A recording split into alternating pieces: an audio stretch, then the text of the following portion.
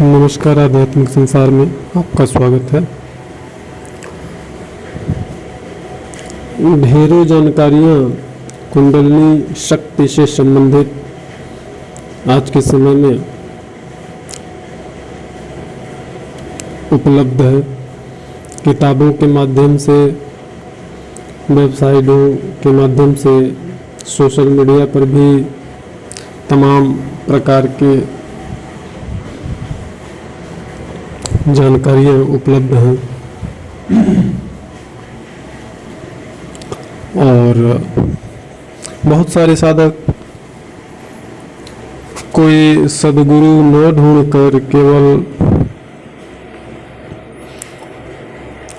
उपलब्ध जानकारी के माध्यम से, चाहे वो पुस्तकीय ज्ञान हो, चाहे सोशल मीडिया पे यानी इंटरनेट पे उपलब्ध ज्ञान हो, उसी के आधार पर वह साधक एक सर्वश्रेष्ठ या श्रेष्ठ कोटि के या उच्च कोटि के साधक बन जाना चाहते हैं।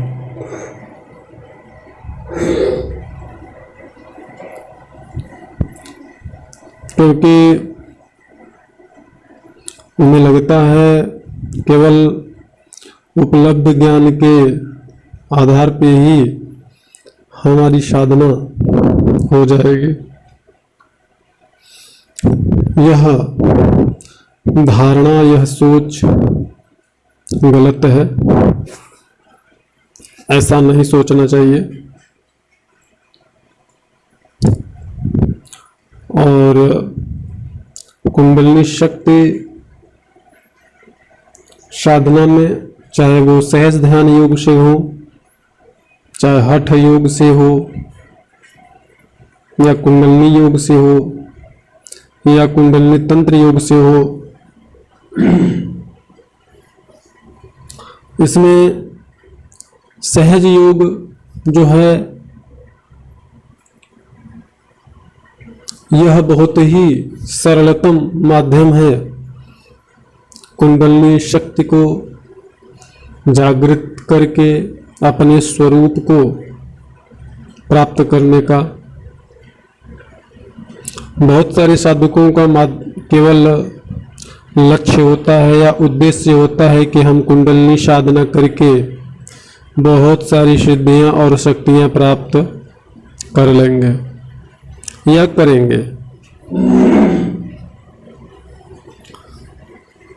तो ऐसा लक्ष्य कुंडलिनी ध्यान योग यानी सहज ध्यान योग के साधकों का नहीं होना चाहिए। क्योंकि कुंडलिनी जो है वह शक्ति स्वरूपा है।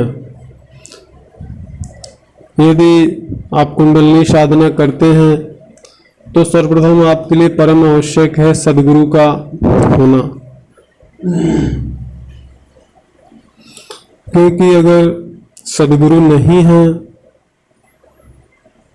तो फिर आप सफलता कहाँ तक प्राप्त कर पाएंगे, इस बारे में बोलना कठिन है। लेकिन इतना समझ लें कि जिस प्रकार से सोशल मीडिया पे या अन्य माध्यमों से यह सारी जानकारी उपलब्ध होती है कि कुंडलिनी एक खतरनाक योग है, कुंडलिनी जागृत करना एक बहुत ही जटिल प्रक्रिया है, या कुंडलिनी जागृत नहीं करना चाहिए, या फिर कुंडलिनी जागृत करने से मृत्यु हो सकती है, पागल हो सकता है व्यक्ति। इन सभी चीजों का मैं बिल्कुल खंडन करता हूँ। यह बिल्कुल पूरी तरीके से बेबुनियाद है, इनमें कोई भी वास्तविकता नहीं है। और यह ऐसे लोगों के द्वारा प्रदान की गई जानकारियां हैं जिनका स्वयं खुद का प्रैक्टिकल कोई अनुभव नहीं होता है, या फिर जो स्वयं साधना बिना गुरु के, बिना सद्गुरु के, बिना मार्गदर्शक के मार्गदर्शन में साधना करते हैं, वही लोग इस प्रकार की अनाप शनाप अटपटांग बातें कुंडलिनी शक्ति के विषय में बोल सकते हैं। जिन्होंने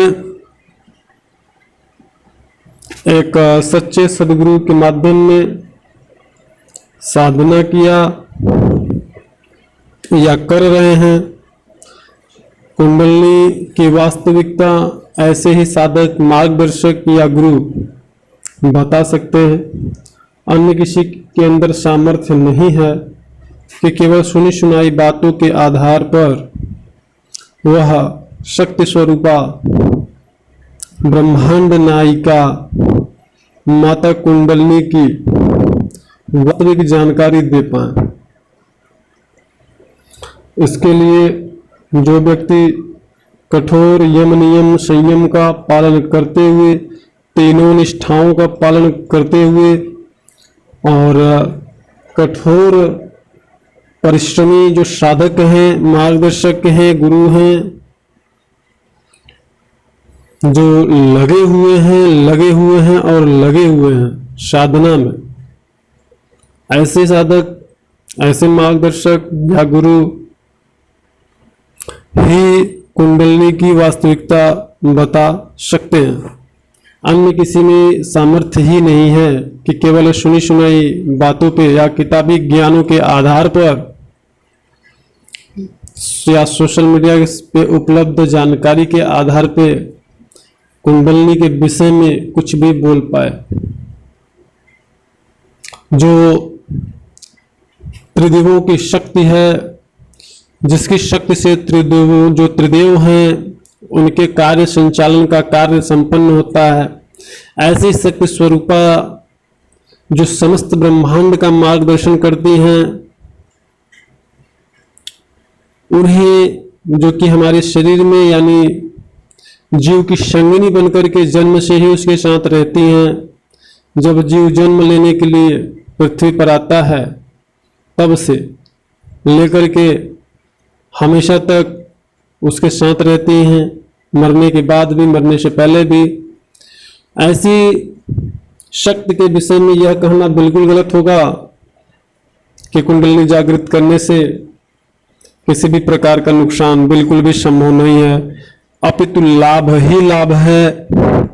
अगर जरूरत है तो सदगुरु की, सामर्थ्यशाली गुरु या मार्गदर्शक की, जो हम इस मार्ग पर आगे बढ़ा पाए और अपनी स्वरूप में स्थित होने में हमारी सहायता करे, सहयोग प्रदान करे। तो जो लोग ये सोचते हैं कुंडलिनी जागृत करने से किसी प्रकार की समस्या होती है, दिक्कत होती है या खतरा है, तो यह बिल्कुल नहीं है। यह तभी हो सकता है कि जैसे आपके हाथ में पिस्टल दे दिया जाए, बंदूक दे दिया जाए, गन दे दिया जाए और आपको चलाने नोद सिखाया गया हो, सामने शेर हो तो आप उस शेर को नहीं मार पाएंगे, वह शेर आपको खा जाएगा। इस प्रकार यह शक्ति मार्गदर्शक की साधना गुरु या मार्गदर्शक के बिना नहीं हो सकती। यही सत्य है और परम सत्य है। अधिक जानकारी के लिए वीडियो में फ्लैश हो रहे नंबर पर दिन में 12 और 1 के बीच में आप कॉल कर सकते हैं। आपको निश्चित रूप से जानकारी प्रदान की जाएगी। धन्यवाद।